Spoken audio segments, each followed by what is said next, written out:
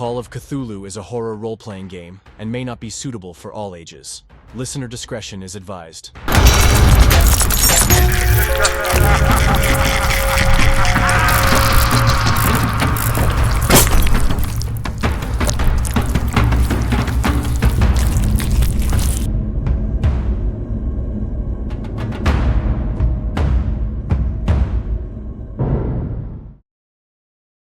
The Gabrielle is in the coldest parts of the Antarctic Ocean. So far, the sea has swelled, storms have struck the ship. Frederick has lost his footing on more than one occasion. He nearly threw up on Norman. Okay.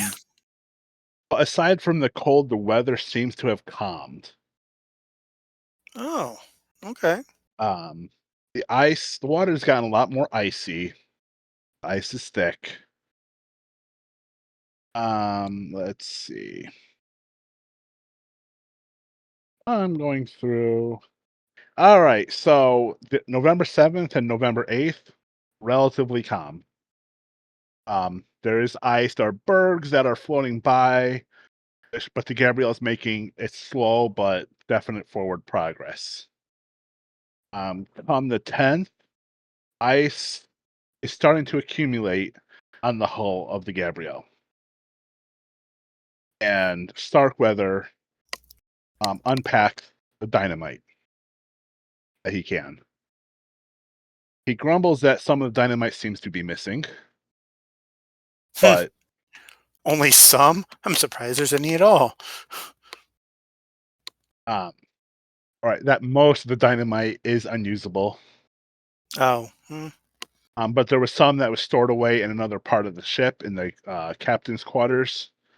That's perfectly fine.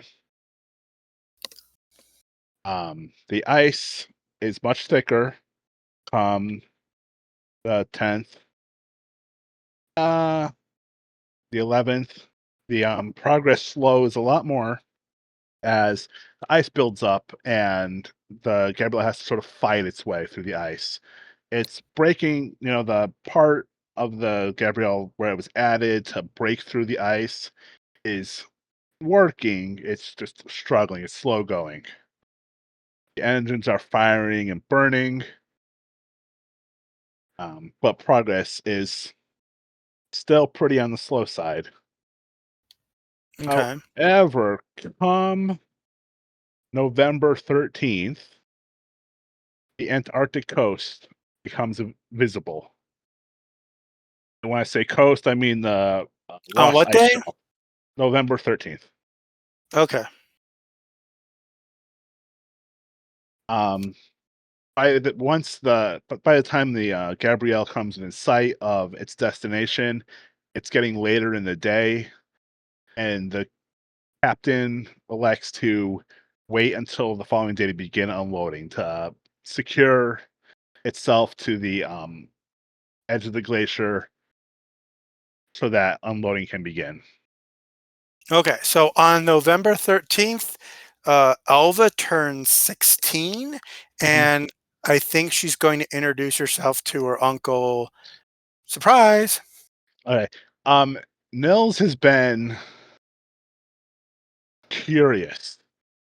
He thinks he had heard that Alva was on the ship, but nobody would give him a straight answer. He had asked Norman after leaving Australia if he knew anything, and he had claimed that he didn't know. And he lied well, I guess. Okay. Yeah, he lied, and he didn't see through the lie. Huh? But he's been suspicious until you reveal yourself. Yeah, so that's what I'm gonna do because it's way too late for him to send me back, and so yeah. He is understandably upset that you would dare come on this expedition. He tells you it's going to be dangerous, and it's no place for you. The members of our family are quite adept at handling various levels of danger, and you should know that. And if Father hadn't been so protective of me, I wouldn't have had to find my own way in life. And he tells you that he should send you back right now. But But when you can't. he asks Starkweather, but Starkweather refuses to turn around. Yeah, because they'd have to go through all that ice again. Exactly. That was the plan. Just before everybody sort of goes to bed that night, the Gabrielle gets intercepts a radio transmission that Tallahassee not only landed already, but Acacia Lexington managed to fly over the South Pole on one of the planes they brought. Okay. That's interesting. Okay. Starkweather is not happy to hear that. I'd imagine not. God dang it, Acacia Lexington. Yeah. Such harsh language for a young man. So come November 14th, he is eager to disembark the Gabrielle. The Gabrielle has basically made landfall in McMurdo Sound. Mount Erebus looms. What year is it? Oh boy, it's 1932. Okay. I think. Okay.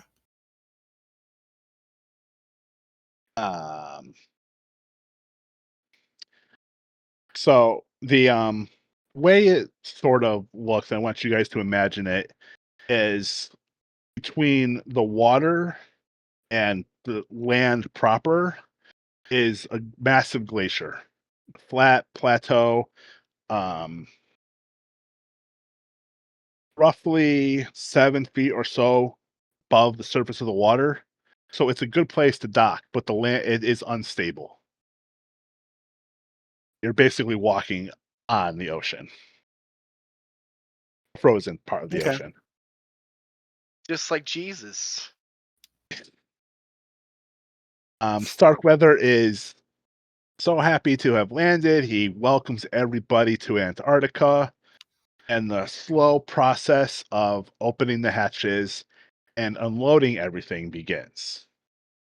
So basically, the opposite of New York.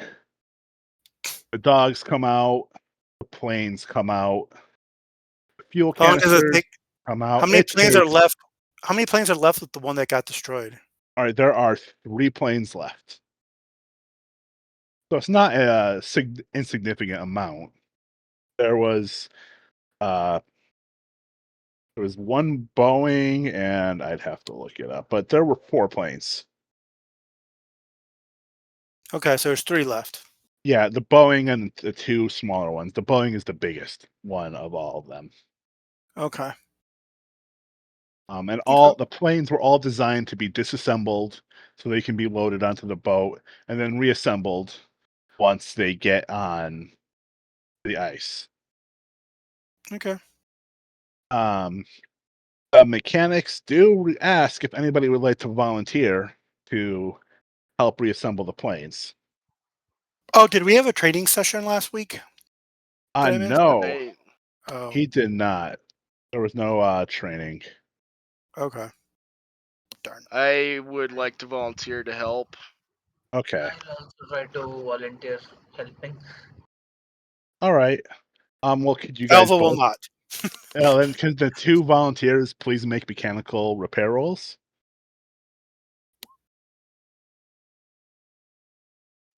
Well, at least that wasn't total flop. I could push it. You guys, you don't need to push it. Nothing dangerous is going to happen, but you collectively slow the assembly of the planes. One of the pilots has to keep coming over and say, no, you don't that's not the screw. That's not the bolt you use here. You have to put it over here. He comes to correct you. Alva, you make a Okay. Constitution roll. Okay. For what? Well, you didn't get properly fit for cold weather gear. But I brought my own from home. You brought your own, but it's not designed for the cold weather of Antarctica. It's meant for, was it Norway you're from? Yeah, Norway. Yeah. So it's meant for that kind of cold weather. Okay, but you do know that, like, the part can- that Svalbard, the part of Norway, or Breren, the part of Yes. Norway I'm from, is only like 120 miles from the Antarctic or from the Arctic Circle. So I'm going to say, since you do have pretty close to appropriate clothing, you can make it with a bonus die. with a bonus die. Okay.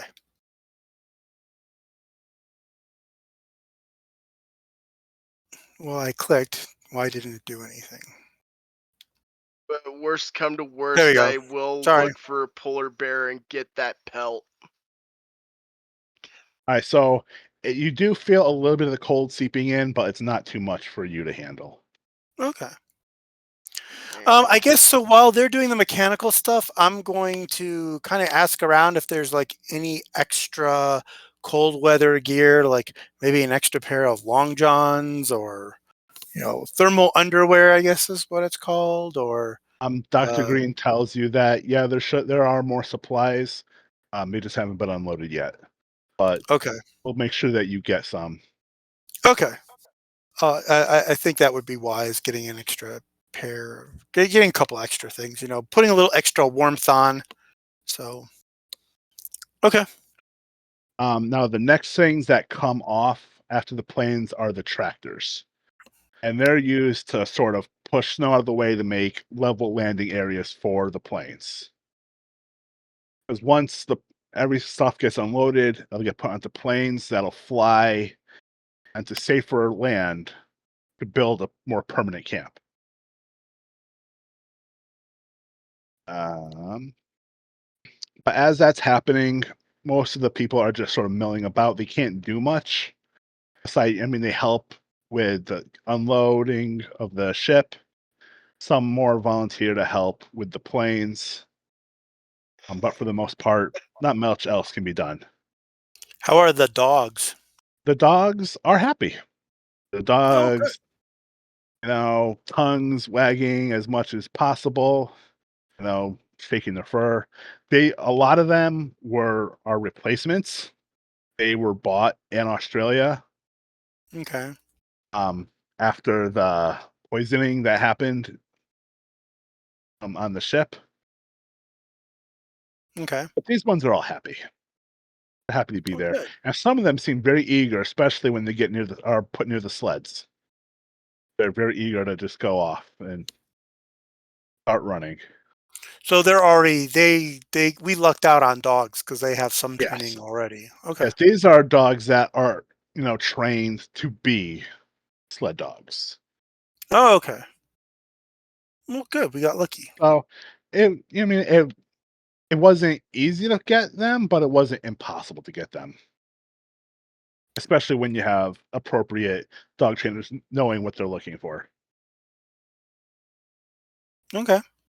That's what took probably the lengthiest time in Melbourne, was just getting the dogs.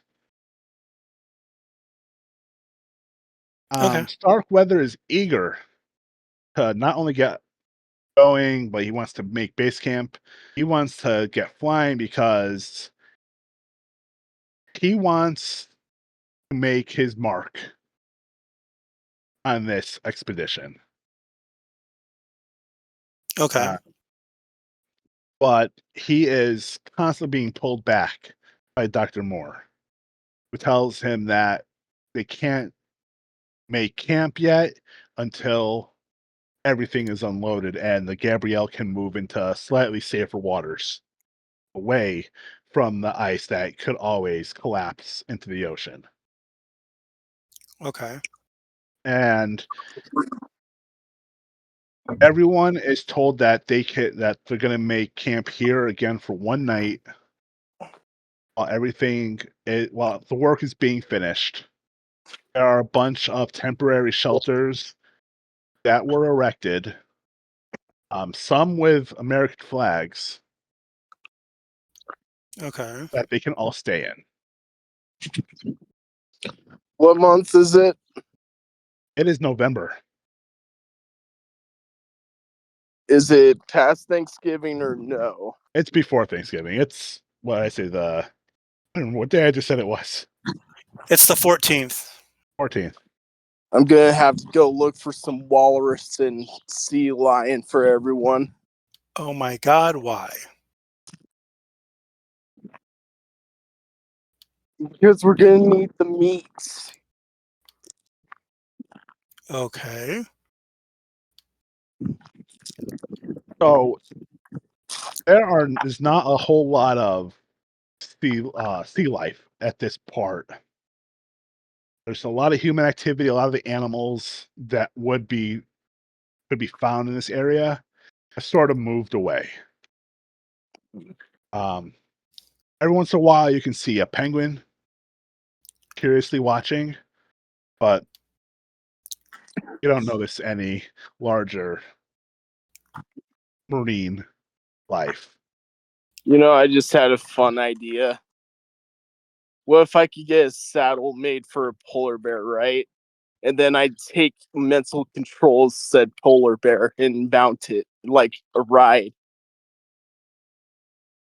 Make an idea roll. I think we'll have to feed the polar bear, and they eat a lot of food. Are we allowed to feed the polar bear? Give me a minute, though. I am bringing the corn into the house for my mom. Sure. Okay, so I swapped out my clothes. Well, having a cold is pretty rough.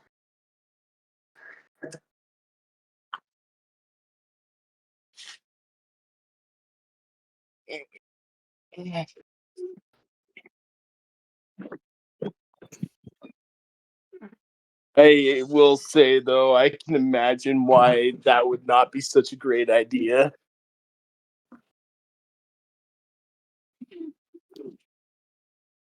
Here you go.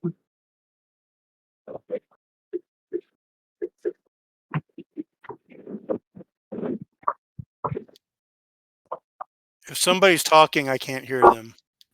No, I am not. Okay. All right, I'm back. That was fast.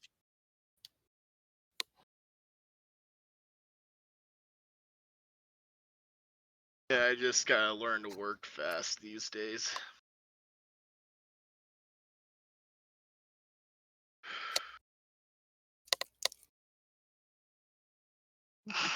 All right. So you well, all the weapons have been unlocked and handed out to their respective owners. And you can definitely go and start wandering around looking for a polar bear. Which Yeah, you you will go do not that. find. Which you will not find. Because if you had succeeded, you would know that there are no polar bears in Antarctica. Yeah, I was just thinking we're on the wrong pole. Damn. But you're able to walk around and stuff, and you can all hear this without having to make any kind of roll. But it sounds like the ground is groaning. It's What? almost like an earthquake type groan, but not quite. Almost as if maybe the ice is splitting. And every once in a while, the ground seems to shake just a little bit, like a small little vibration. Should we make a natural world check? Yeah, you can. I'm not going to stop you.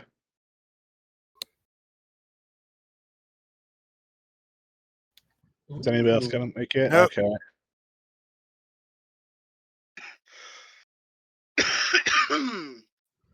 All right, so No.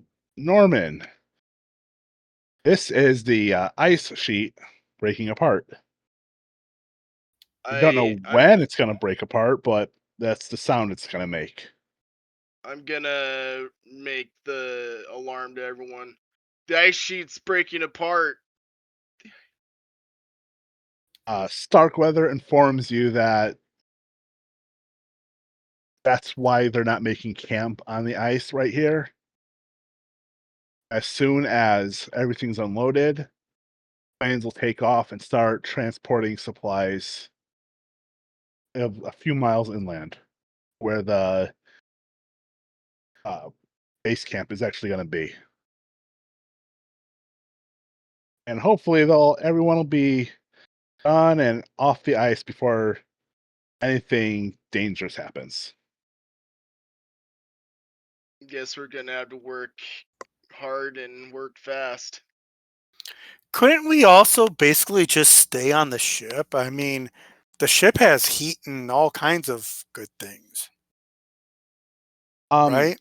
Yes, until it's unloaded, and then the ship is going to move back out into the ocean. It's not going to stay moored. Oh, okay, that makes sense. Okay. Because the We crew can't take- doesn't want to die either. Yeah, Also, I mean, we can't just take the ship with us.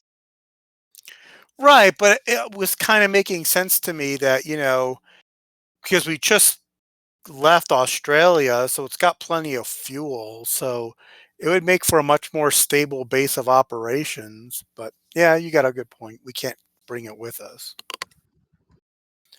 Not that we're going to bring our camp with us either, but Well, the idea is, and this would have been explained to you, is that multiple bases would be set up.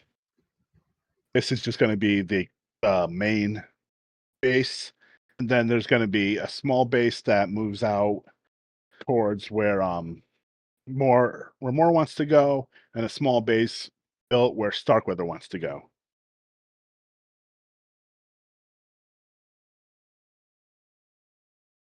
So it okay. takes roughly the whole day, maybe a day and a half, to unload the Gabrielle.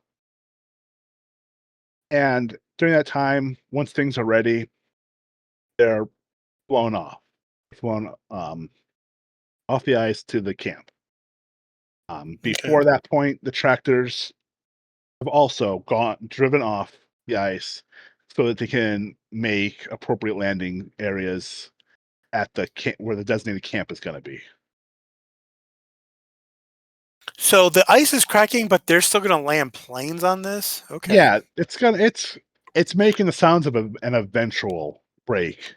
There's no ice hasn't split yet. It's just making the sound of it's going to happen.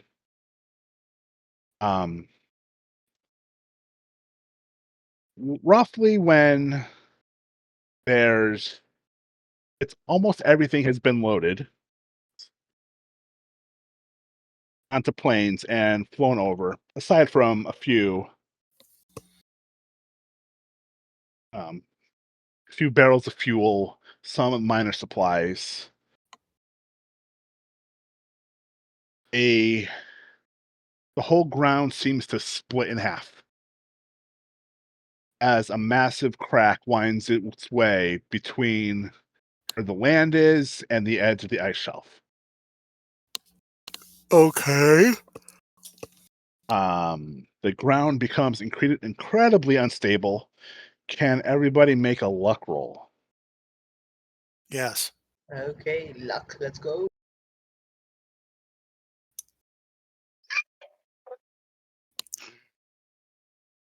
Oops.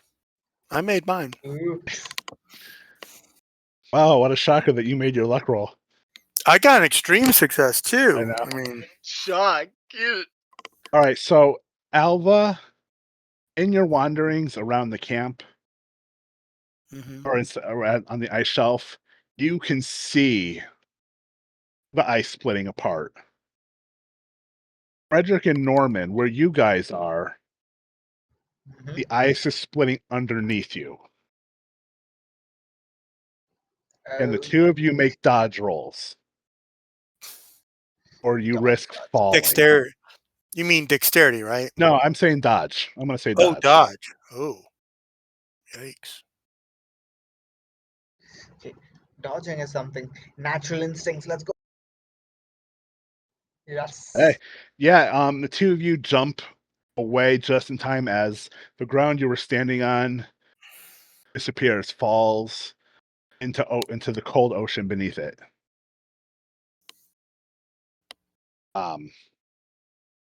Norman says, "Yes, not today, God."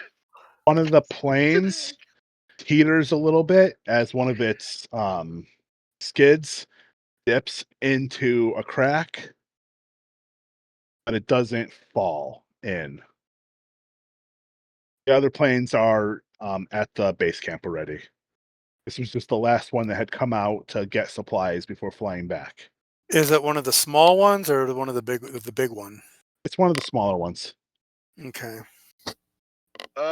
Actually, could we do a check for the photographer I hired to see if he like caught a You photo know- of like the heroic leap?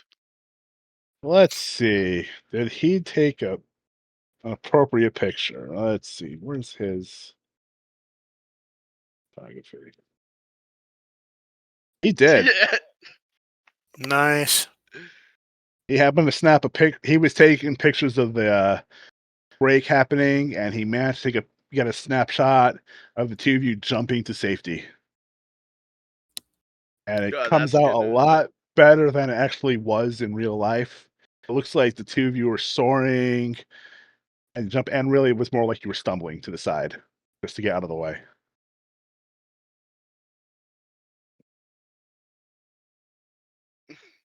But so now there are no more. The plane that's left there can't fly. It's not damaged beyond repair, but it's not going to fly anytime soon. Why is that? It doesn't have Oh, a stable of enough or big enough of a runway to be able to take off. There's I see. There's very minor damage to it, but stuff that can easily be repaired in less than an hour. But there's just not enough room for it to fly anymore. Okay. Well, not fly, but take off and To stuff. take right? off. It can fly, but it can't take off. Okay. But there are still a couple sleds with dogs. And Did we lose anything else? yes, you did. Oh god, I have a list too of that.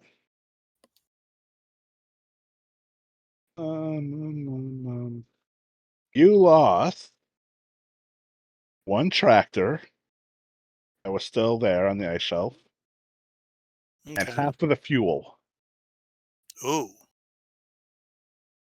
That's going to be the big one. Half the fuel. And at this point, there's Okay. not really any way to replenish it without taking supplies from somewhere else that needs it. so we'll have to steal from the Tallahassee. Got it. Speaking of, You could always do that. You just don't know where the hell the Tallahassee is.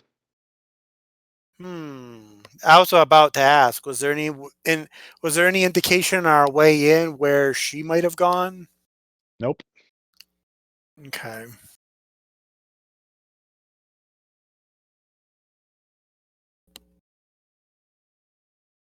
Okay. Actually, can everybody make spot hidden rolls? Sure.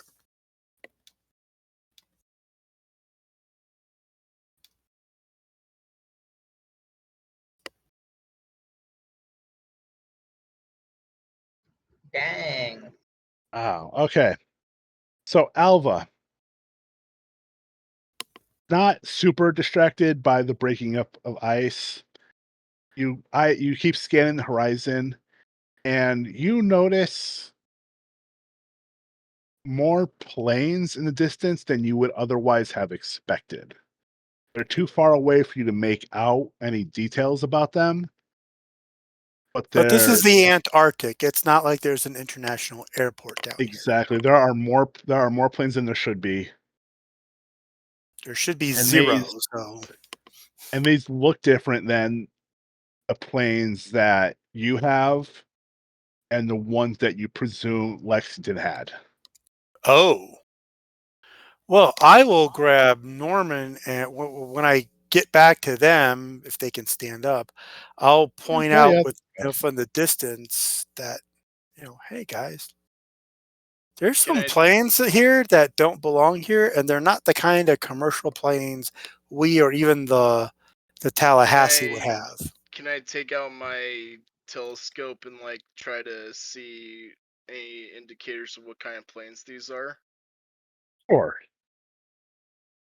Make a spot hidden with With bonus, then. yep. Oh, nice. Oh, that would have been a really nice roll. You can tell with that really good roll,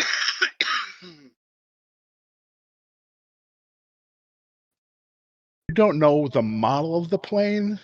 You're not experienced in aeronautics enough to know, but the lettering on the sides of the planes looks suspiciously German. Those are German planes.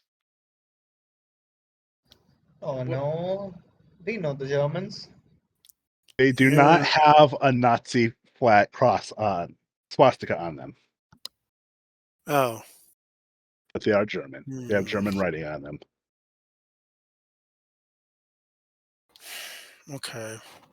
What would the Germans be doing here?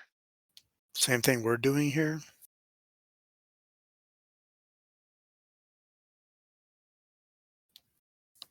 All right, so everybody who's left on the ice is told to either they have to walk to the base camp, or they can hop on a sled with the rest of the supplies. How far is it? It's roughly 3 miles. I don't know about you guys, but I'm thinking of just hiking it. I'll hike it with you, Alva. Yeah, because I'm thinking it would be a lot easier to do any dodging if you're not like on a sled that's heavy with supplies and dogs and stuff. So Yeah, because if you had to, I would have made you jump off first. yeah, I'm thinking we just walk ourselves. 3 miles is nothing, and ice is pretty flat. Yeah, once you get off the ice shelf, the ground is much different. There's a thin layer of snow as he's packed down pretty tight, but it also feels a lot more solid beneath you as you walk. The dogs take off as fast as they can, pulling the sled, the 2 sleds which quickly move ahead of you, leaving you behind, and you and probably a half dozen other people who decided to walk. Moore is there, walking with you. Starkweather is not. He was stuck in one of the sleds. Okay.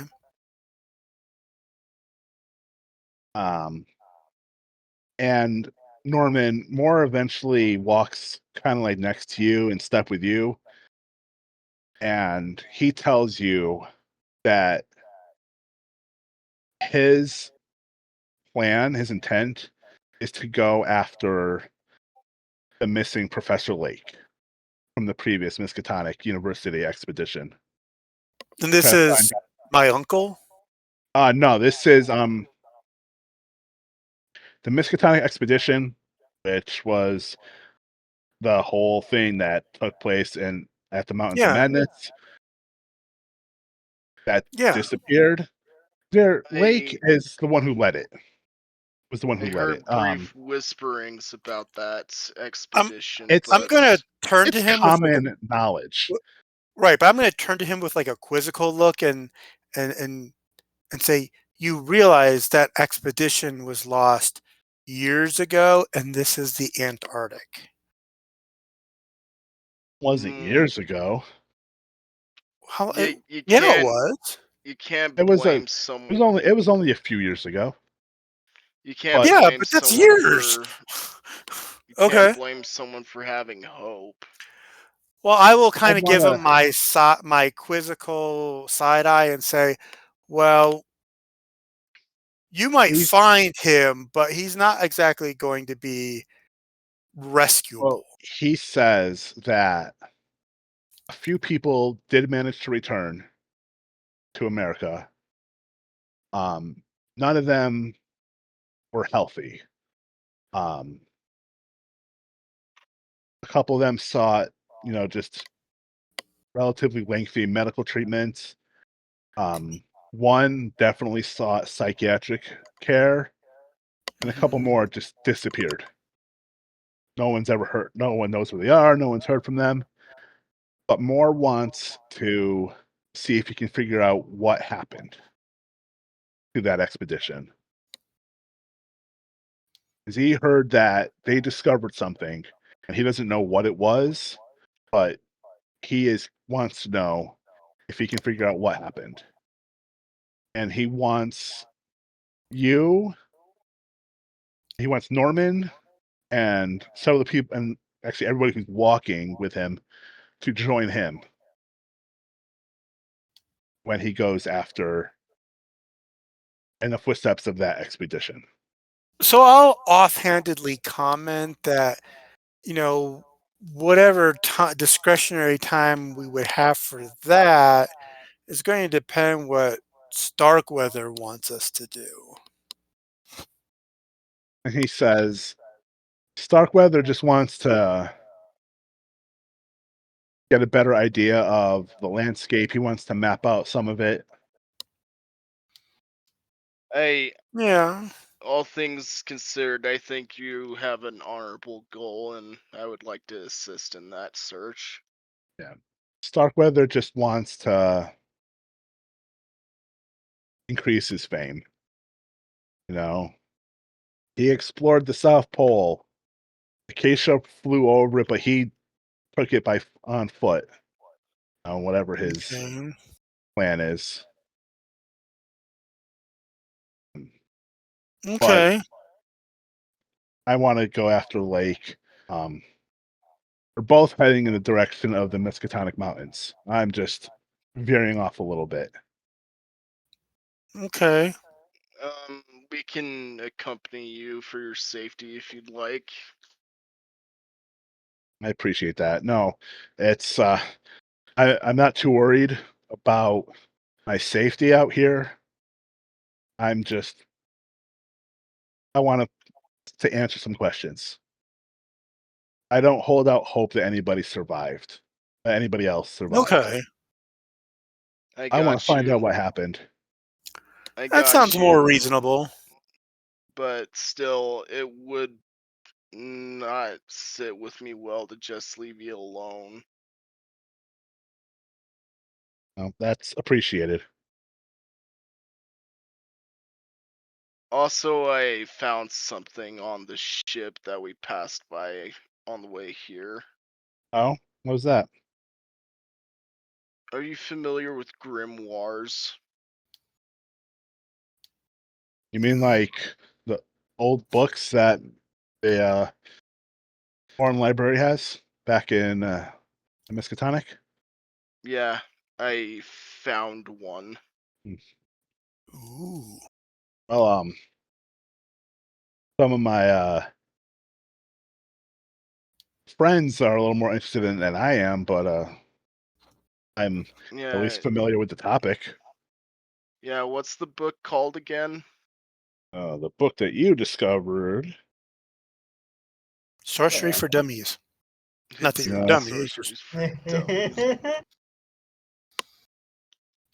did I put that? It would be funny if in some weird translation that's what it comes out as. Where did I put that? Okay. You found the Book of Dizyon. It's called the Book of Dizyon. Not familiar with that.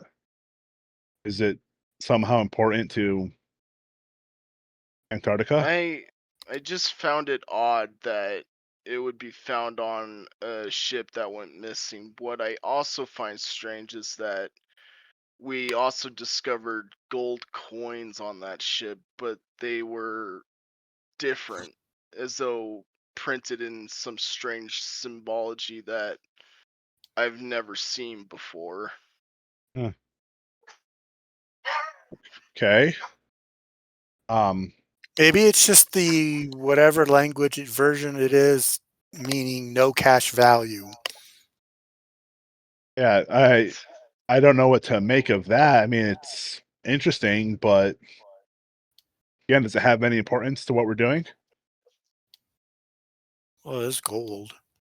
Maybe. Oh yeah, tell Starkweather for you now- found gold, and he's gonna lose his mind.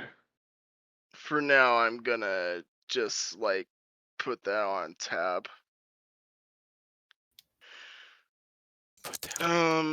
Anyway, how far are you veering off? Maybe we can rendezvous. Oh, he tells you the coordinates to where Lake said his camp was. I don't have that in my notes, but it's a few miles to the east, and he gives you exact coordinates. Yeah, I'll head there right as we make camp, and then I'll make a double back toward your location.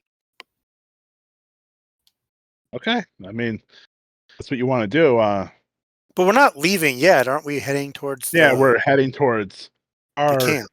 base camp, and then we'll Yeah. be taking planes out towards where Lake's Well, camp is. Plane, because we only have one left that can take off on this ice sheet, right? Well, there's two. There's one more of the small ones, and then there's the one Boeing. We'll be taking the two of them. Starkweather wants to take sleds where he's going. Yeah, That much okay. I know. Although, it might also be beneficial for my newfound employee to join the secondary expedition to find out what happened to the previous expedition. Yeah, about that. So, Mr. Burke was told by Starkweather that he needs to go up the mountains with him to photograph, because Starkweather wants to photograph more of the scenery, and he wants a professional photographer to do it. That's understandable. He can take him. So, I know he's like your friend from Australia, but he's got a part of the agreement, you know. Starkweather's helping to pay for him, so. Well, I mean, I I'm know paying you for put it in you paid a technically, lot, but this is sort you of know, Starkweather's expedition. Not the I more got it. Starkweather. What Starkweather says goes. Exactly. Otherwise, you have to listen to him yell and complain and throw things like a little child. And he does have security people, right? Yes, there are a couple NPCs that you would call security. I think that's even what they're called in Soldiers, sorry. So if he, I mean, basically he what I'm has saying people with is, him that will be with him. right, but basically what I'm saying is he's got people to enforce his rules if he wants to. He has people that are loyal to him. Yes. Okay. So roughly 3 miles after your walk begins, you catch sight of tents that have already been erected. And the landing strip a little off to the east of the camp. And a larger tent where you can smell food being cooked coming out of, and a large radio pole has been erected next to.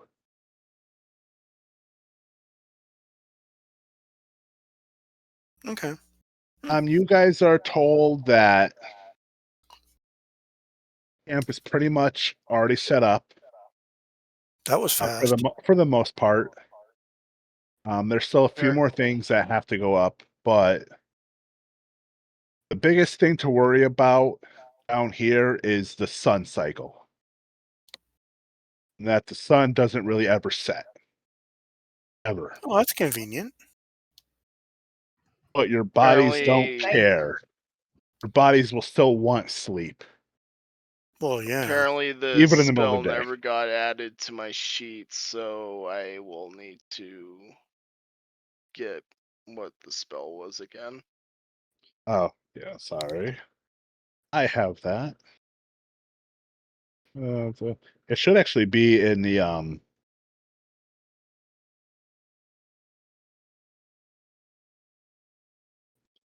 Editorial. it should be under spell or spells.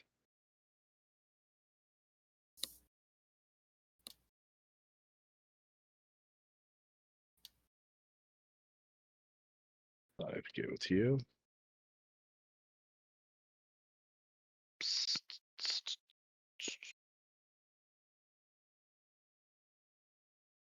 Yeah, it should be in your journal.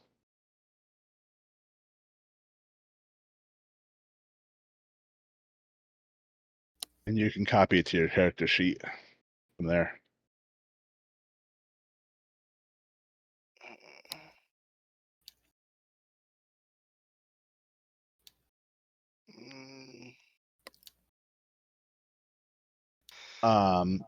Considering your pulp talent, Norman, you will finish reading your longer read through the book probably by the time you reach the Lakes Camp. You've been reading it slowly wow. this entire time. So, how far does my mythos go, and what do I Oh, learn? you haven't finished reading it yet. So far, Alright. you've gotten just the like flipping through this old looking tome. Yep.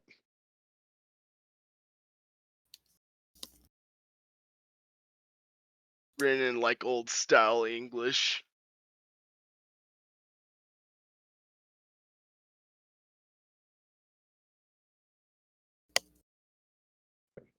Okay.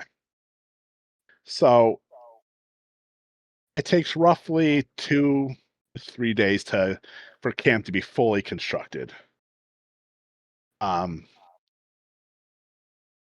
that time, everyone's put to work, helping assemble the last of the tents, making sure corral is constructed for the dogs. A wind barrier is constructed so that wind doesn't totally ruin everything. But Okay. otherwise, it's not difficult. Even Starkweather's a lot more calm at this point. Moore is sitting, just taking his little notes in his little journal, but he's not panicking over anything. He's not stressing over how much has been lost so far, even though he has already done the calculations over and over again, considering how much fuel was lost versus what is left. Do we have enough to get back? He says you have the Gabrielle is fine. So getting back is not going to be an issue. He says that they'll have to limit the plane activity. Is a definite. Definitely have to limit how much flying can be done. And unless like more gas or kerosene can be recovered, either stealing it from another expedition or just rationing what they have. Camp activity is also going to have to be on the slightly more limited side, especially when it comes to food and cooking. Okay. But I mean, you guys have just been on a ship that suffered a major food disaster, so Yeah. eating the worst rations possible is not something you're not unaccustomed to. Yeah. After Oh, were you gonna say something? I was gonna say we're probably used to eating less than stellar food by now. Yeah. I mean, a lot was gotten for you guys in Australia. Both fresh meat that was then frozen and fruits and vegetables, which were then frozen. There's stuff to cook, provided there's a way to cook it. Okay. Um, roughly what you would consider the fourth night there, even though the sun has gotten just as close to the horizon, but doesn't ever dip beneath it. The radio blares to life, and the radio operator comes running into the mess hall where everyone else is. And now I need that note. That note, that note, that note.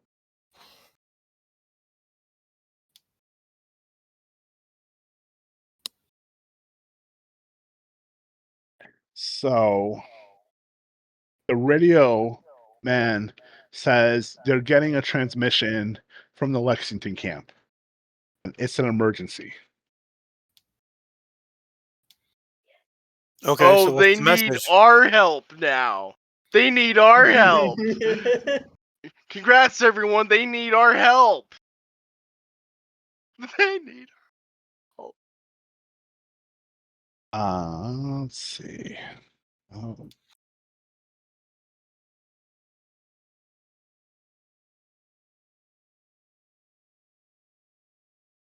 So Moore and Starkweather rush over to the radio. If you want to hear what's going on, you would have to make listen rolls to basically stand outside the radio tent and listen in on the transmission. I'll do that. I have decent listen.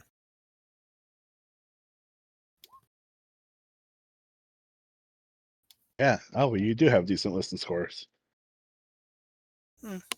So does Norman. He did pretty well too. Both got extreme successes.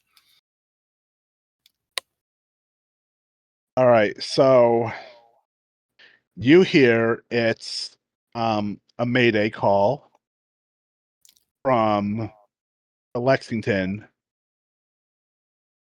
camp and the radio operator LaRoche.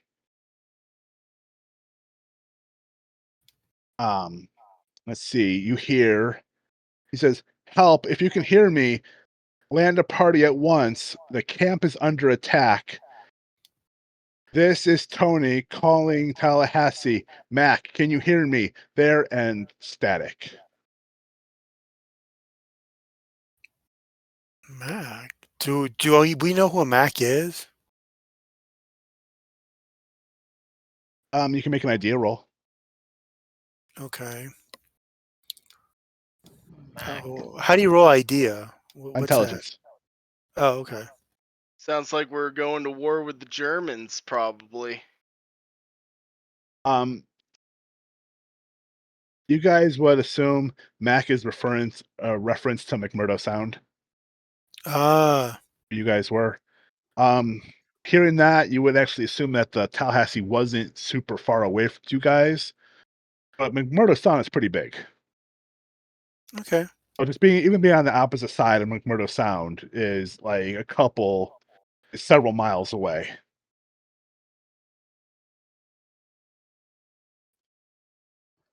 Okay. What do we do? But any attempts to raise Lexington's camp is more static.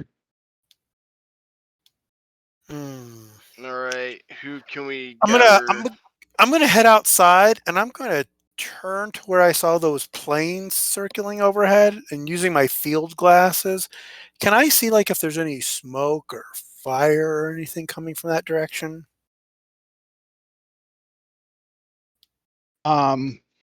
Make a spot hidden roll with a bonus die. Ooh. Okay.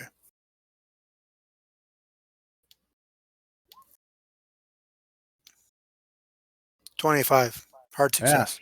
Hard success. You look around and you do see smoke.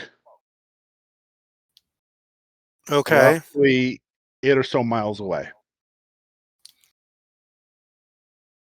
Okay. I'm gonna tell Norman and Franklin. Okay. Yeah, because I think Norman was there listening with me as well. I'm gonna point it out to him. Well, Franklin, what do you think? You want to go beat up some Germans? Well, it would be fun, but would they be there by the time we reach them? And it's not like that. That's a long way away. You'd need to take a sled dogs. We would, but the other thing is, if we help them, then they're inclined to help us. Right, but unless you have a small army to go out there, you're just going to be the next victims. Because if it's just the two of you, I mean, unless you're bringing artillery and a flamethrower or something, I mean,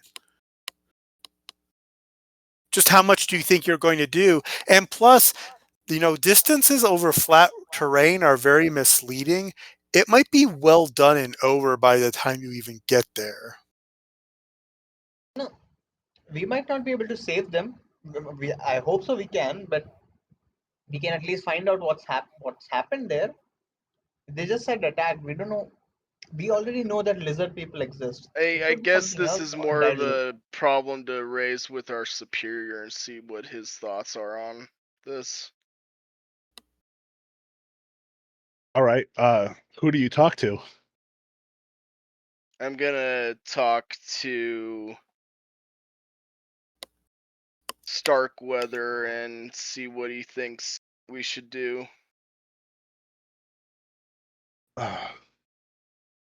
He tells you, that woman's getting herself into trouble again. It's like I'm going to have to go and save her. Oh, what is she getting herself into now? I want to know where her camp is. I wonder if we know. I should tell you, we spotted some planes flying overhead, German planes. German planes? That doesn't make any sense. Yeah, but here's the kicker. Germans warned us not to come here, and yet Germans are coming here. Obviously, there's something bigger going on than we thought.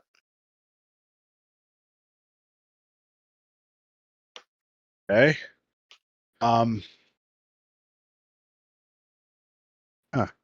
right. I'm going to be assembling I'm going to call it a rescue party, but I want everyone to be armed. Handguns. Anybody has rifles will take rifles and shotguns. I'll be a rifleman. I guess Alva could take a rifle. She's horrible with a pistol. All right. I got a sawn-off shotgun you can use. My skill in rifle shotgun is both 25. I'd rather have a rifle. Oh. All right. No offense, but this is sounding like it's going to be close quarters battle, and I would hate the spread from a sawed-off shotgun to start taking out friendlies. So. All right. So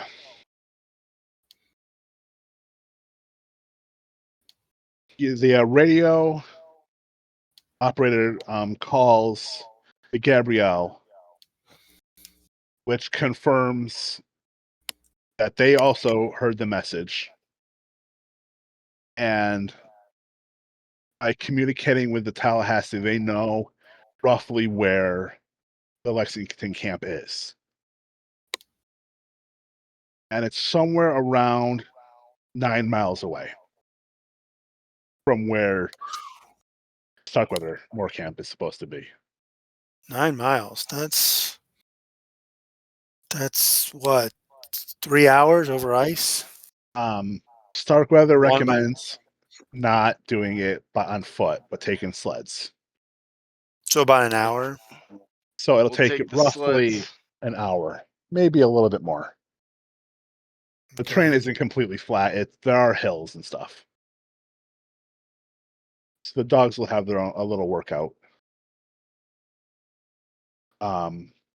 But even though people are tired, people are hungry, got about maybe a dozen or so men load up on the 2 sleds and they go as fast as possible. Oh, so not everybody's going? Not everyone's going. Some people are staying behind in case there is a physical threat to the camp. Hmm. People will stay by to defend it. Okay. The assistant radio operator is the one who goes with you guys. It's not the radio man. Right. 2 of the 3 guides go, not all 3. Alva, one of the guides is your uncle. The other one is Dr. Green. Okay. Well, it would make sense if they needed help and they were in trouble, we'd bring somebody who could, actually fix people. So Yeah.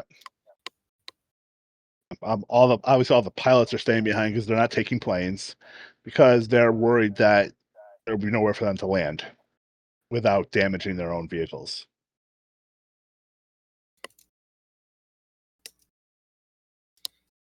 So after it takes, like I said, it takes roughly an hour, maybe a little bit more to get there before the rest of the camp comes in sight.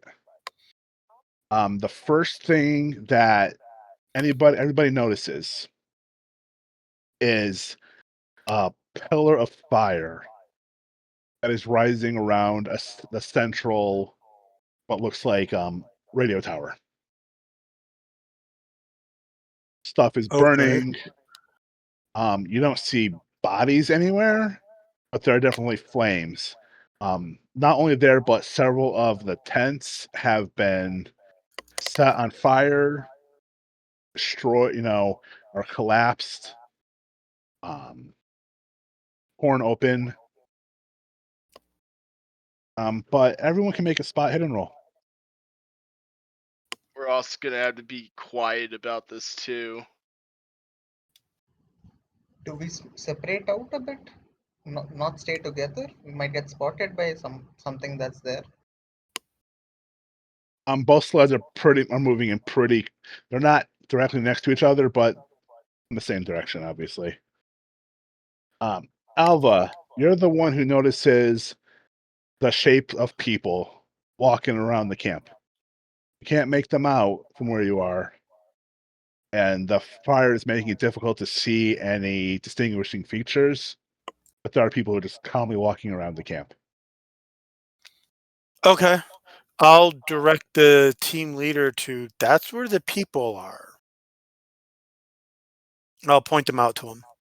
All right. Starkweather hears you and guides the direction that way. You come into camp. Let's see. A lot of notes for this. All right. Now, the camp is smaller than your own camp. They've been here longer? They've been here a little bit longer. Maybe a couple weeks longer. But it's a smaller camp. Okay. That's interesting. There is a constructed runway with a pair of planes sitting calmly on it. There's been no damage to the airstrip.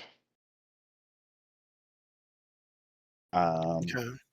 The camp is dominated by a single long wooden hut near the center of the camp,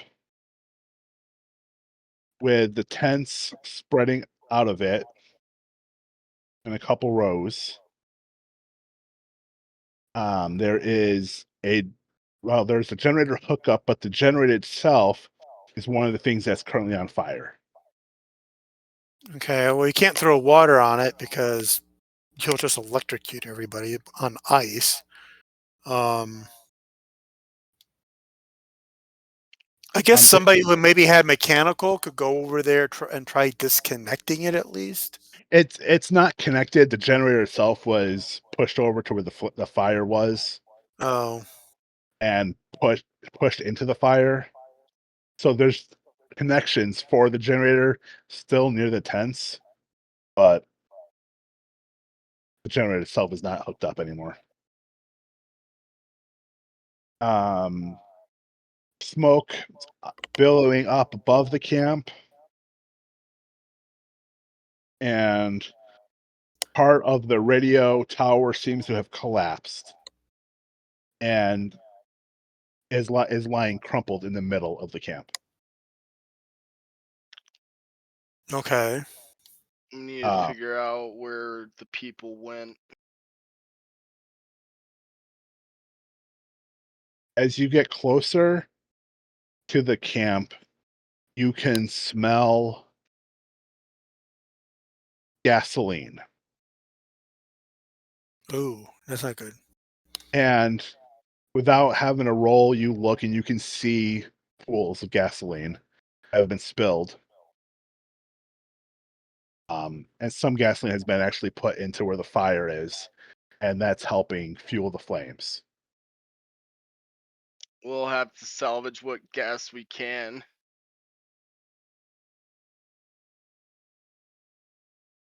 All right. At least move it out of the way.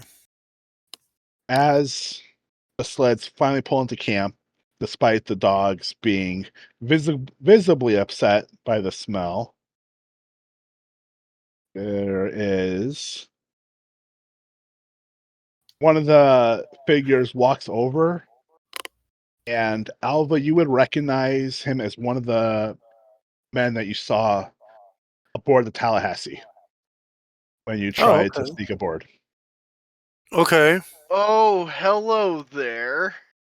He says, "Oh," in a very thick Danish accent. "Welcome. Tallahassee radioed us and told us you were coming, but there's not much to do. We've already handled the biggest problem." Yeah, we remember you back from our ship. Oh. Points rifle at him. Oh, well, wait, hey, whoa. Does the guy look armed? No. He's dressed in a big, fluffy jacket. He's got gloves on, no weapons. What was that? Alva will turn to two-handed, by Norman the and say, Norman, let's not be so overly aggressive. We don't want another firefight to happen. Yeah, good point. Don't want to set off any more flames. Yeah. How's the saying goes? Most things around here don't respond well to bullets. I mean, yeah, the radio operator was a little over ambitious with his call for help. Wasn't that serious? I mean, it's serious, but Yeah. nothing that we Alva's going to look very handle. quizzical, like, what do you mean? You guys, I mean, this is pretty bad. I mean, we'll have to go get the backup supplies that are still in the Tallahassee, but it's nothing that we can't deal with. Okay. Where is your radio operator? Can we have a word with him? Maybe he requires some medical attention we can help with. We brought our doctor with us, so maybe we can take a look. Yeah, let's see. Do you want me to roll like a skill, like a persuade or something?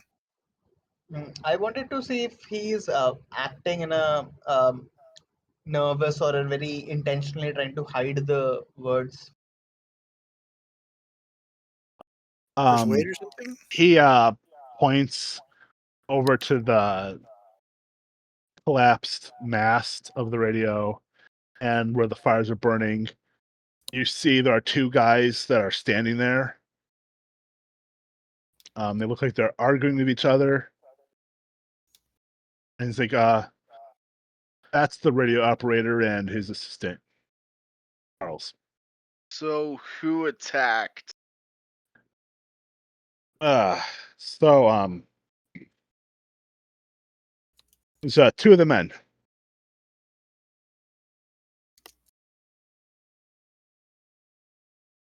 and I have their name. Their names. I have their names. I have their names.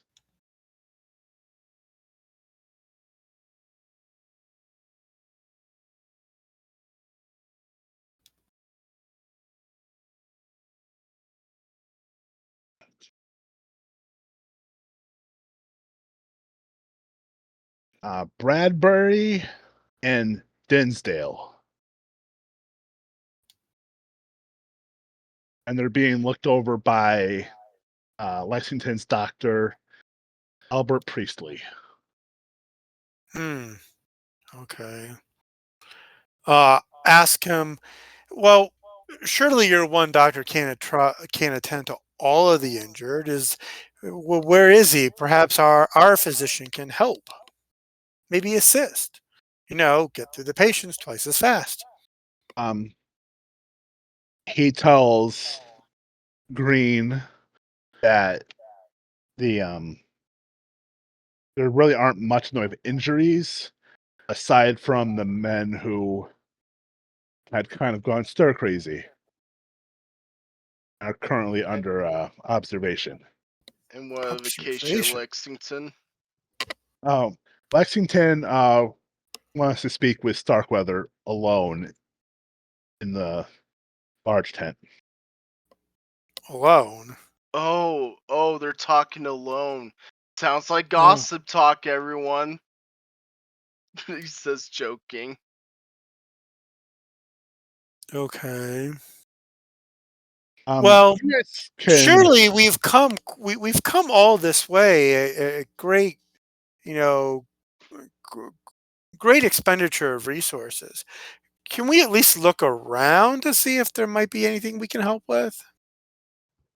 It's possible whatever could attack us also, so we would like to be prepared. All right.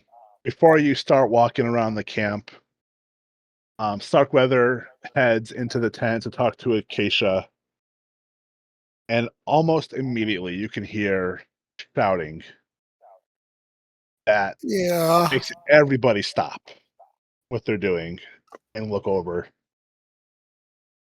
You guys can make listen rolls. Yay.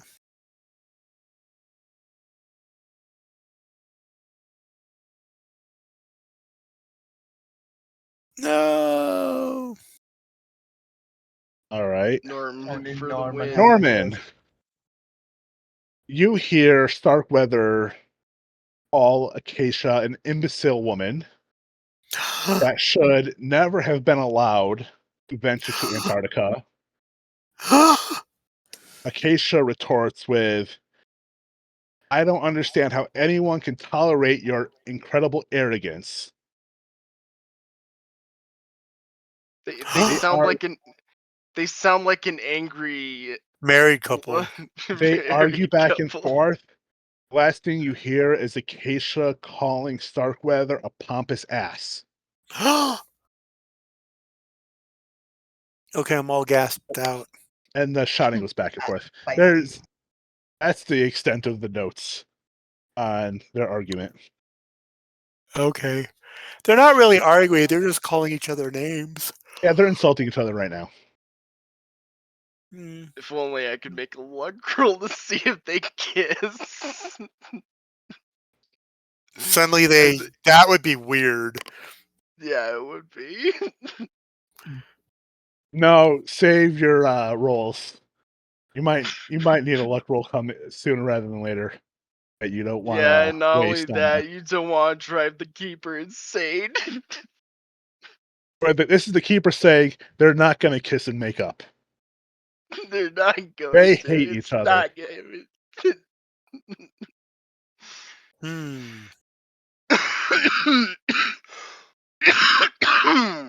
All right. So, like I said, in the middle of the camp are the two men that are arguing with each other. And several tents around have either been set on fire or have collapsed and are being tended to by various individuals. So Ava's going to go over by the tents and just kind of like look around, make sure everybody's okay.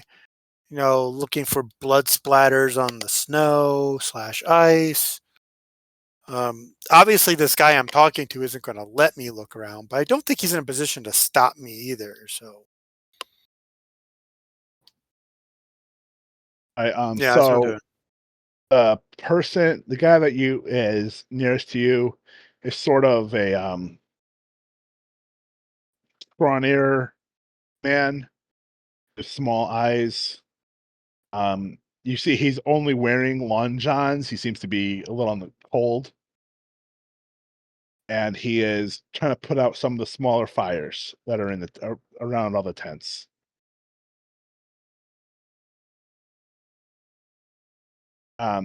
He looks up to you as you walk over, and he introduces himself as Gregory Johnson.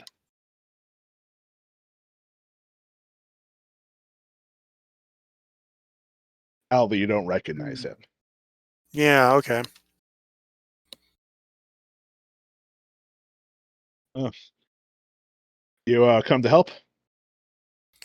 Yeah, my colleagues and I rode across the ice here after getting your radio message that there was a disaster happening, and we took to our sleds as quickly as possible to come to your aid. And I was talking with that guy, and he said it's you guys have it pretty much under control. Yeah, I mean, the guys that caused all this were subdued. So, Well, what guys caused it? oh, what's his name? Bradbury and Dinsdale, I think is what their names. I don't know. Boy, I don't two know him men too sure well. did a lot of damage. Oh, yeah, I mean, torches, gunfire, whole everything. But listen, unless you're gonna get down here and help me put out some of these fires, I got work to do. I Do you gotta, have firefighting equipment? I mean, obviously you're not using hoses and water. Do you have? What are you doing? I'm trying to use the snow to smother flames. Oh, okay. Well, I'll pass that on to my colleagues and see if there's anybody who can help you with that. Yeah, well, we're here to help. We're with the government. No, I'm not going to say that part. Anyway, so I'll go back to Norman and Franklin and tell them, this guy over here is actually I'll interested be in putting right out the back. I gotta go fires. deal with the customer. Okie dokie. In Antarctica, there's a customer. He's at work. I was just joking. Yeah. Oh. So I tell Franklin too, yeah, this guy's like putting out fires with snow. I don't know if we want to help him, but I've looked around and it really doesn't seem like it doesn't really seem like there's anything for us to do except, maybe get Merryweather or Starkweather through his dry tab of insults with Akeisha Lexington. But other than that, I don't really see that. I mean, there's not a whole lot for us to do. As I expected, they got everything under control in time before we got there. So As you're standing there talking, you hear someone cry out, "Son of a bitch! Can anybody help me?" Alva will follow the sound cautiously. It's Never a mind, Alva. guy who looks on the younger side. Definitely not as young as any of you, but I maybe don't know. like a I'm younger 16. adult. So he's younger than 16? No, not that young. Not as young as you guys. Oh, okay. He's like a young, like maybe in his 20s. So a boomer. Yeah. So Okay. All right. So he's trying to the tents that have collapsed. He is trying to, re-erect, and it looks like some of the poles have slipped. okay. I guess I can help him with putting the poles up. All right. I will do that. I'll also help. All right. I'm not gonna make you roll for this. What would So we roll? It would be strength rolls. Oh, okay. I mean, they're 10s. 10s. I don't think They're 10s. They're not super heavy. It's just more awkward carrying, lifting them up. Okay.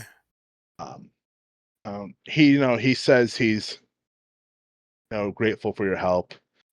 He's glad that people from your camp actually showed up and willing to help.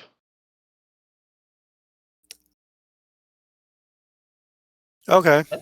He introduced himself as Hello, Kyle explorer. Williams. Need to do. Well, hi, Kyle. I'm Alva, and this is my colleague Franklin. So how did the tents fall over? Because they don't look burned or anything. No, one of the guys pulled a bunch of poles down. Oh, sounds like he's gotten a number of people that are troublemakers here. Well, it's just the two guys, but I mean, this trip it's not been easy. I'll tell you that. What hasn't been easy about it, other than it's the Antarctic? Well, I mean, It's the look, Antarctic. it's Acacia. I mean, she's a good Oh, leader and all, but she she's seems a okay. little one. Yeah, she's got like one thing on her mind, and she has to.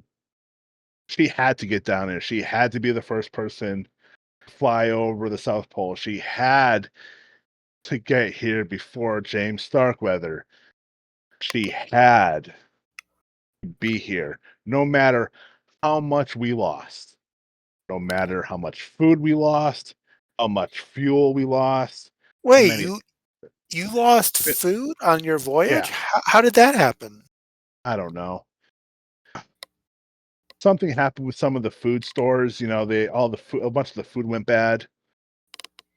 I don't know. Okay, and what happened to your fuel? I mean, look at all this. Look at all the fuel around you. It's been spilled out into the snow. We can't recover all this. Well, yeah. And no matter what anybody says, the Tallahassee cannot resupply what we lost.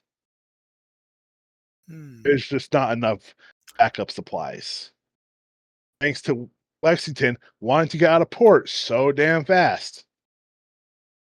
But she had to be here first. Yeah. We had waited another few days, this wouldn't have been a problem.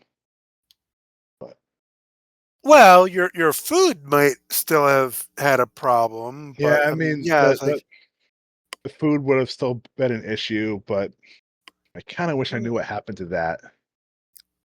But I don't know. interesting. Well, I mean, yeah, you never, you no trip that you plan to the Antarctic, is going to be a walk down the yellow brick road. Yeah. Listen, and this might just be wishful thinking on my part. And Uh-huh. I know that you don't speak. I'm guessing you're not here to speak for Starkweather or more. Oh, no. But do you think, from your opinion of the other people in your camp, our two camps sort of merging together? Oh, absolutely not. Yeah, You don't think horrible that'll idea. work? All right. Well, No. I mean, it was I think We already hear everybody them could flirting make it inside. work except for Acacia and Merriweather. And honestly, this Antarctic shelf is miserable enough as it is, without having to listen to them insult each other forever. no, I understand that. No, I understand that.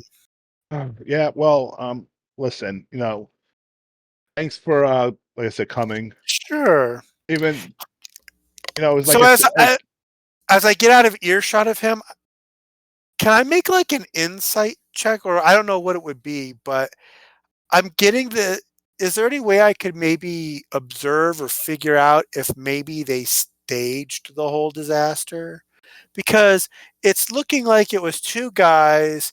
They sent off this warning that it was, grave peril, but it looks like most of the damage was just superficial. These tents are a great example. They weren't hacked and slashed to pieces with a machete or anything. They just pulled out the tent poles. I mean, if it wasn't so extensive, and even these fires, I mean, they look to be relatively manageable. Does it look like they maybe staged it for to maybe get us to offer to have them come to our camp? What would I have to roll for that? You can make a psychology roll. Oh, That's okay. That's the best I could come up with. Okay. That's not bad. Success. Nothing special. Success. I mean, I am not at all thinking Frederick. anything similar. Poor Frederick. All right. This can't be staged at all. Alva, looking around, you don't think it's staged at all. Okay. The two guys could have reasonably done the amount of damage. Setting a fire, knocking over some tents, not an unreasonable thing for a couple people to do. Yeah, but I guess what I'm saying is it looks rather superficial. Yeah, and for the most part, it is pretty superficial. It's stuff that can easily be repaired. Aside from the lost supplies, everything is fixable. Nobody's really injured. Nobody died. Everything seems fixable. It just, okay, maybe it's not staged, but it seems either a gross overreaction of the radio man, or they're what's the word I'm looking for again? Yeah, it just looks superficial. It doesn't really look like. It doesn't look like something you would want to that would really merit combining both of our camps, because there's some damage to this camp, but nothing that's not, as you said, fixable, repairable. I mean, Frederick, okay. your fumble roll. Oh yeah, you fall through the ice and die. Sorry. You're not gonna fall through the ice and die. But you are convinced beyond a shadow of a doubt that the radio operator from the Lexington camp is somehow involved, and you are going to beat the lies out of him until he finally comes out with the truth.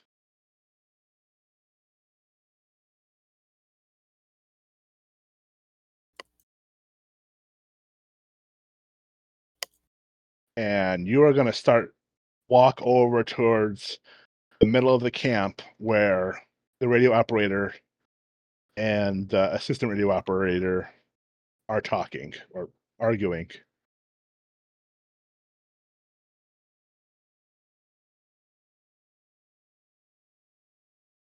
Can I help you?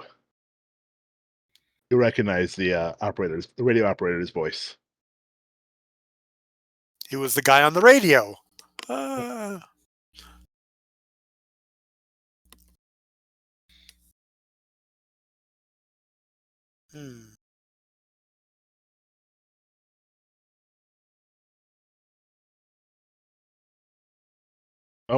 what do you want? Franklin, this is you.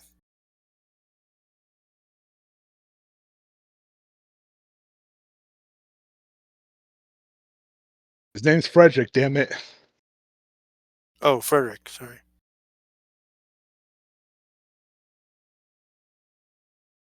I can't hear Frederick at all. I don't. No, I don't see. Do you think maybe he got booted off? Oh, my bad. Can you hear me now? Yes. Yeah. I hold him by the collar and I kind of semi-lift him up. And Hey, it's all your fault. What are you doing? Put me down. You guys are lying too much. Staging all this, trying to take our goodwill. We're not falling for this. Tell us what happened. Kind of shake him in the air. Okay, there's guys come out screaming, setting stuff on fire. What am I supposed to think?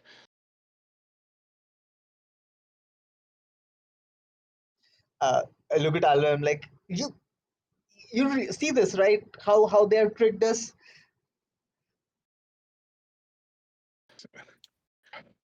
Listen, I'm sorry you guys got involved, but it's over now. We're handling it. Just put me down. I don't think you can handle it. I'll put him down, but I'll then, as soon as I keep him down, I'll just give him a punch on his face. Like, that's for wasting our time. Make an attack roll. I want to see if you knocked him unconscious or not. Ooh. Oh my god. Come on, fail. We don't want to be seen as being aggressive. Attack. It's an attack roll. You don't have to actually attack Brawl. him. The brawl roll. Oh, it's a brawl one. Oh, okay. Yep. Cool. Yeah, you hit him square in the jaw and he crumbles to the ground. Dang. He spits out blood, but he doesn't lose consciousness. He just sort of like sits back up and goes, "What'd you hit me for?" For calling us here for no Yeah, reason. assistant radio has run off.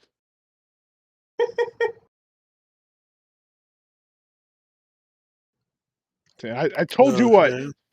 I shouldn't have called, but you know what? I did. You didn't have to answer. You didn't have to come out here. And we did. Yeah, well, now go back to your own camp. Take your Starkweather with you before he causes more trouble. It's not us who's causing we trouble. we don't work I'm for, walking back. he doesn't work for us. We work for him. We don't take him anywhere. Listen, things would be better if he wasn't here. Hey, all right, Franklin, I got an idea. Poke your head into the tent and say to Merriweather, "Boss, the plane!" See if he comes out. The plane? Okay. Say, boss, the plane! It's from Okay. an old TV show called Fantasy Island. There was this little guy who would always... Oh, the plane. Okay. The plane! And there are planes in the sky from the German thing, so, you could distract him with something he already knows. I'll enter. I'll move towards the main camp where the I guess the insults and flirting is still going on. I'll enter. I'll just poke my head in and I'll say, "Excuse me, sir. There's some planes in the. We saw some planes." Can I just point out? What are you talking about? I'll walk out and kind of keep. I want you to make a psychology roll. Oh, psychology roll. Cut. Yep. That won't work. Nope. Nope. So basically, Starkweather just yells at you until you get out of the tent. God damn it. Okay, well, it was worth a shot. Well, I mean, I imagine we took more than one sled. Is there one that Alva, Frederick, and Norman can take back? Because, I mean, unless we're here to like in-depth snoop around, I don't think there's really much more else we can do. Okay. Yeah, there are. You guys took 2 sleds over. Okay, but we brought like 12 people, so taking one sled for 3 people would probably be a bad idea. Yes. I had a question because somehow Frederick still feels it might be staged. The number of people in the camp and the number of tents and everything, is that matching in a general amount? Oh, good idea. Because Yeah. they did mention that they lost a lot of stuff, but they seem to still have it. So I was just curious. All right. So make an intelligence roll, an idea roll. Idea. Okay.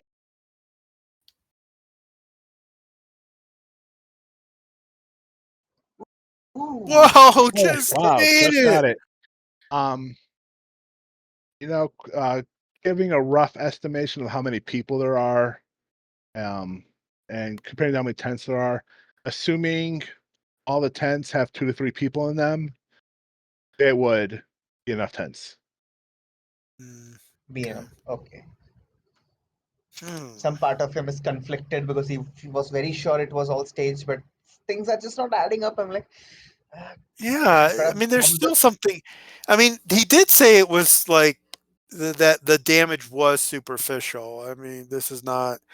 So Alva's going to take like one last like walk around the thing, looking for anything curiously out of place. I assume that would be spot hidden, right?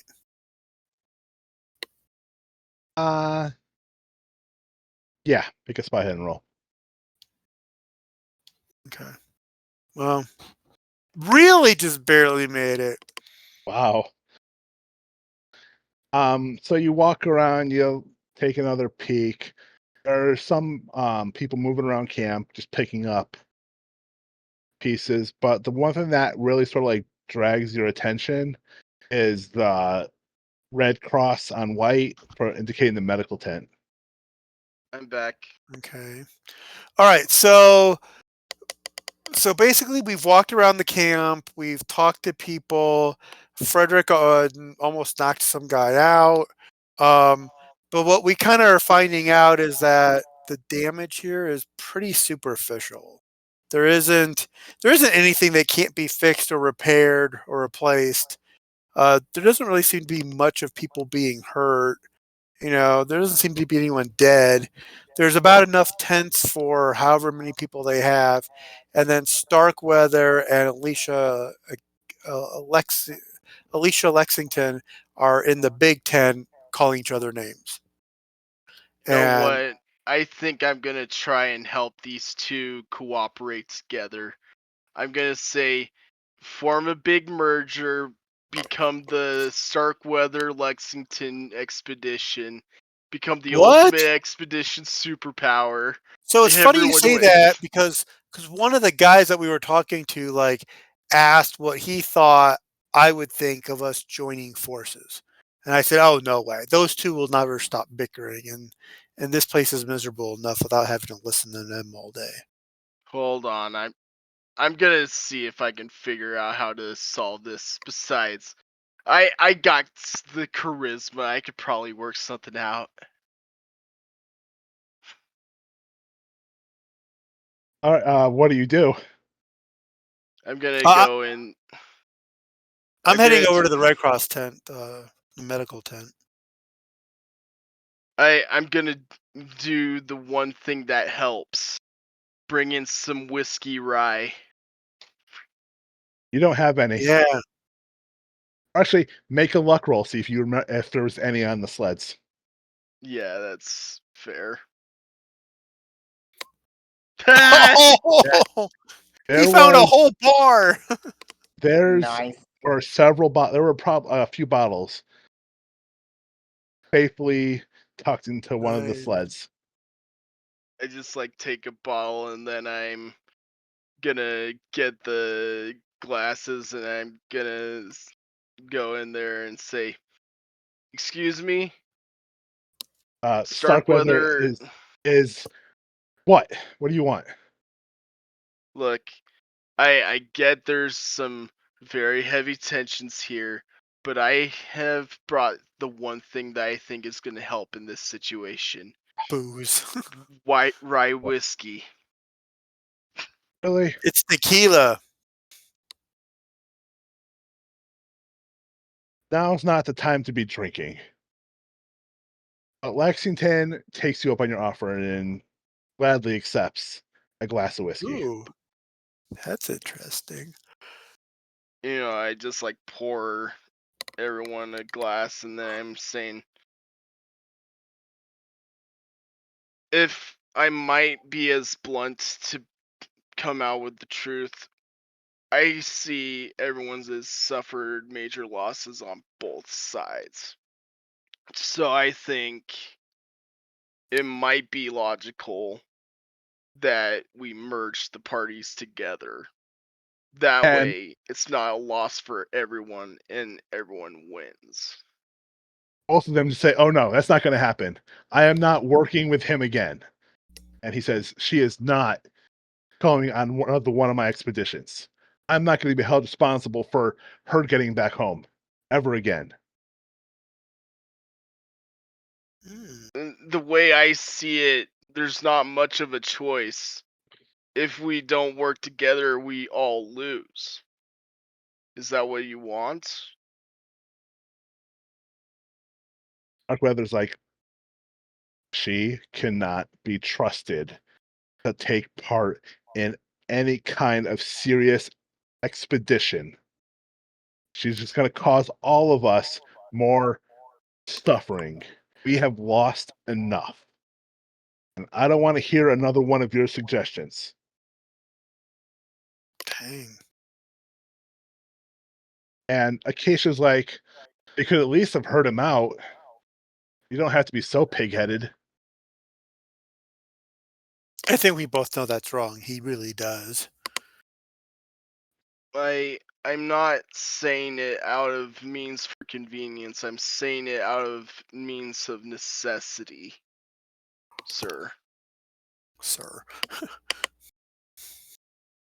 You can tell without having a roll that while Starkweather is red in anger at even the idea of it, Acacia seems to be a little bit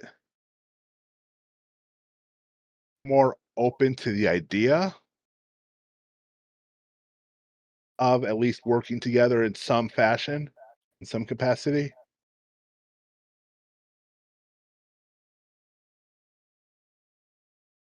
And in that right there, there's a little glimmer that we can work this out. We got some good drink on our hands. I think everybody needs to help let this situation die down a little bit, let tensions ease up, and we can talk it over with a lot more clear minds. I had a horrible idea.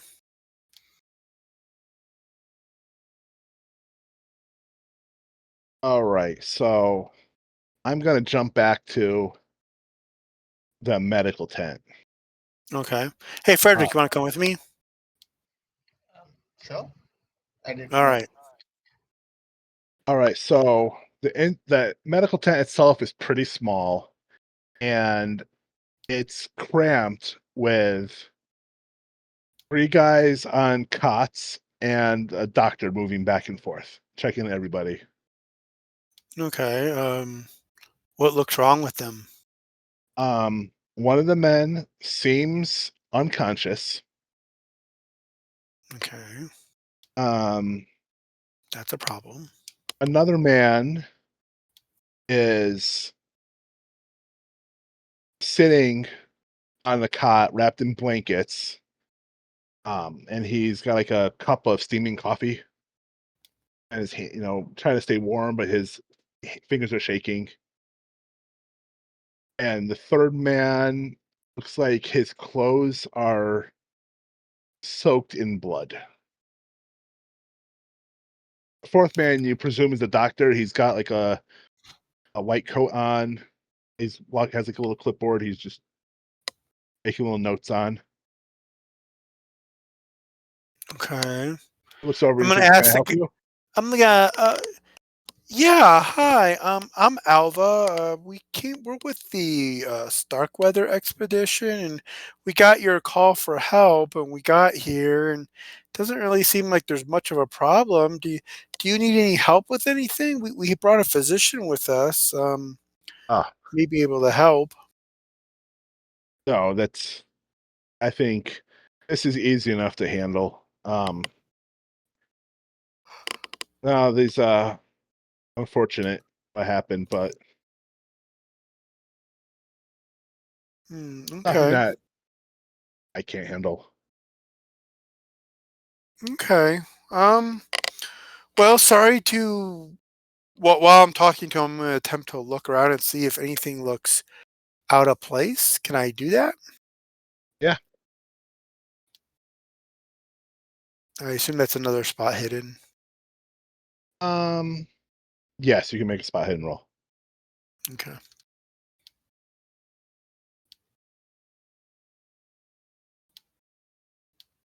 There's nothing that seems out of place. Looking. Yeah, he doesn't. There's nothing strange in the tent. It's pretty simple. The Okay. cots, some medical supplies, but nothing out of the ordinary. Okay. All right. Well, I'm going to leave. And when I get back to Norman, I'm going to say that when I was talking with one of the younger guys earlier, he was complaining about all the bad luck they were having. And he mentioned that their food also suffered, you know, some, some unexplained problems, caused it to go bad and basically ruined it. Exactly like our ship. Do you think it's possible that the same guys were attacking both of us or hindering both of us? It's possible. I mean, it's certainly, I mean, it's even probable. I mean, both of them were advertising and, were doing press releases and news reports. And, it wasn't a secret what they were doing. So, yeah, I mean, it's possible whoever put, or, however that three-legged guy got on our ship, they were doing the same thing over in his ship, over on uh, Acacia Lexington ship. So it's possible.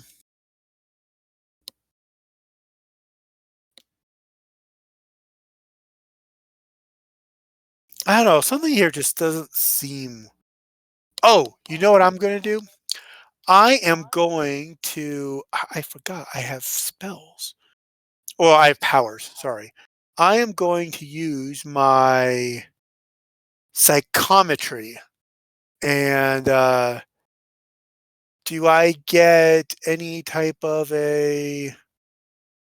Oh, let me first post the thing. Do I get any type of impression of what's going on in the camp? You get the overall feeling of discontent.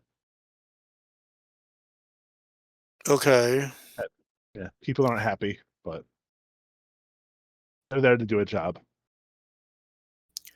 Gotcha. Okay. That wasn't very helpful. All right. I guess I'm gonna wait for Frank. I guess I'm gonna head back to one of the sleds and kind of like sit down on the soft part of it and pet the doggies and wait for Franklin uh and Norman to finish and say, hey, we can. I don't know if there's anything else to do here.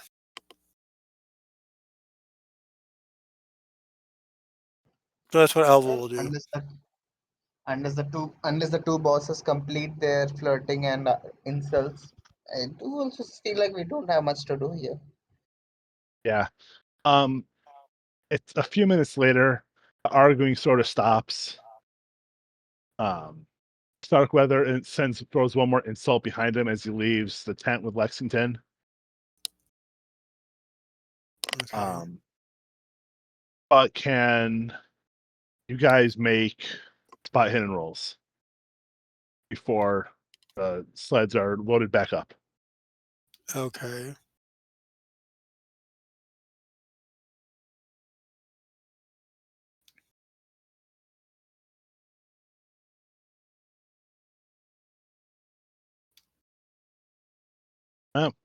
All right, so Oh, you know what? I'm going to spend 1 point and succeed at that okay, 1 Nice. point of luck. because that's all I need. Alva, you notice Lexington come out of the tent and walk over to start talking to Dr. Moore, Okay. but they're too far away for you to hear what they're saying or what she's saying to him. Even if I make a listen roll? Even you could hear, but it would take an extreme listen roll. Okay, well, I will try because I have a pretty good listen. So who knows? Maybe it'll work. Nope. It's too far. You really hear the crackling of the fires that are slowly being suppressed, but Gotcha. no, you can't Okay. hear what's being said. Okay. Anything else, guys? Because it looks like we're heading back. Yeah, you see Moore's getting on the sled, sort of shaking his head as the sleds depart the Lexington camp.